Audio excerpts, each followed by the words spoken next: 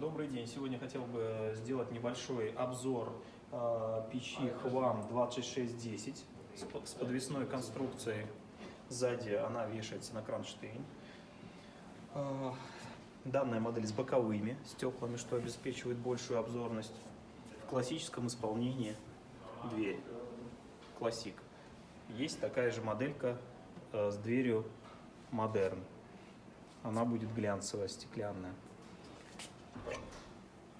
Печь с автоматической системой управления, климат-контроль. Температурный датчик находится вот тут. То есть выставили нужный режим, и печь поддерживает сама температуру в помещении.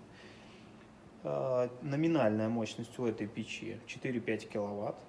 Максимальная мощность 6 киловатт, минимальная 2. Из расчета 1 киловатт на 20 квадратных метров. 150 диаметр, заднее и верхнее подключение. Стекло Робокс.